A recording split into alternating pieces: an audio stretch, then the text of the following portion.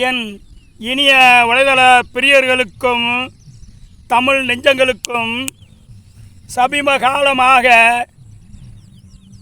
தமிழக மக்களின் உரிமைகள் மிக விரைவாக எந்த ரூபத்திலும் பறிக்கப்பட்டு வருகிறது. இதை இளைஞர் சமூகம் போதையின் நிமித்தம் ஏறக்குறைய இதை மறந்து விடுகிறது.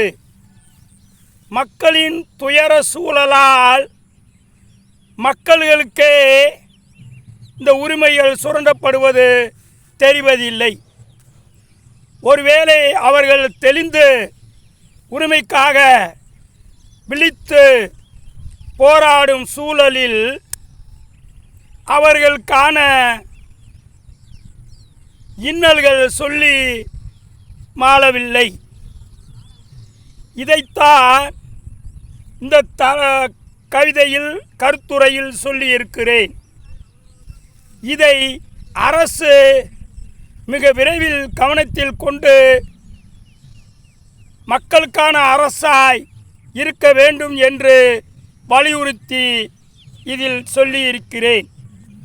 இதன் தலைப்பு இனியாவதும் கவனம் செலுத்தட்டும். இதில் தலைப்பு இனியாவதும் கவனம் செலுத்தட்டும். இதில் எதில் என்பதை என் கருத்துரையின் முடிவில் உணர்ந்து கொள்வீர்கள்.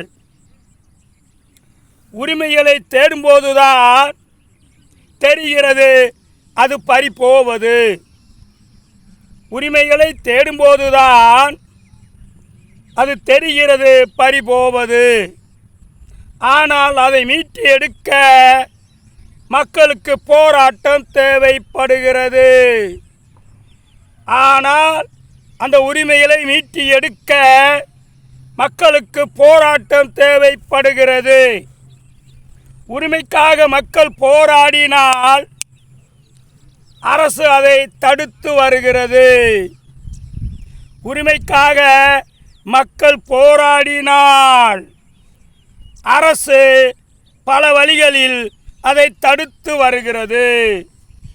தொடர்ந்து உரிமைகளை பறிக்க கொடுப்பதா, மக்கள் தினம் பரிதவிப்பதா? தொடர்ந்து மக்கள் உரிமைகளை பறிகொடுப்பதா, மக்கள் தினம் பரிதவிப்பதா?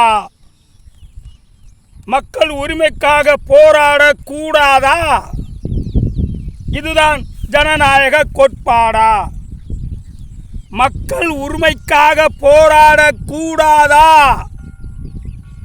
இதுதான் ஜனநாயக கோட்பாடா? மக்களின் உரிமைகளை பறித்துவிட்டு மக்களை கடத்த போகிறீர்களா நாட்டை விட்டு?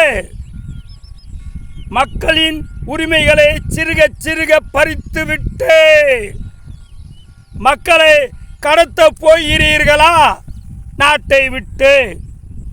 உரிமைகள் கேட்டால் குற்றமா? இதுதான் ஜனநாயக சட்டமா?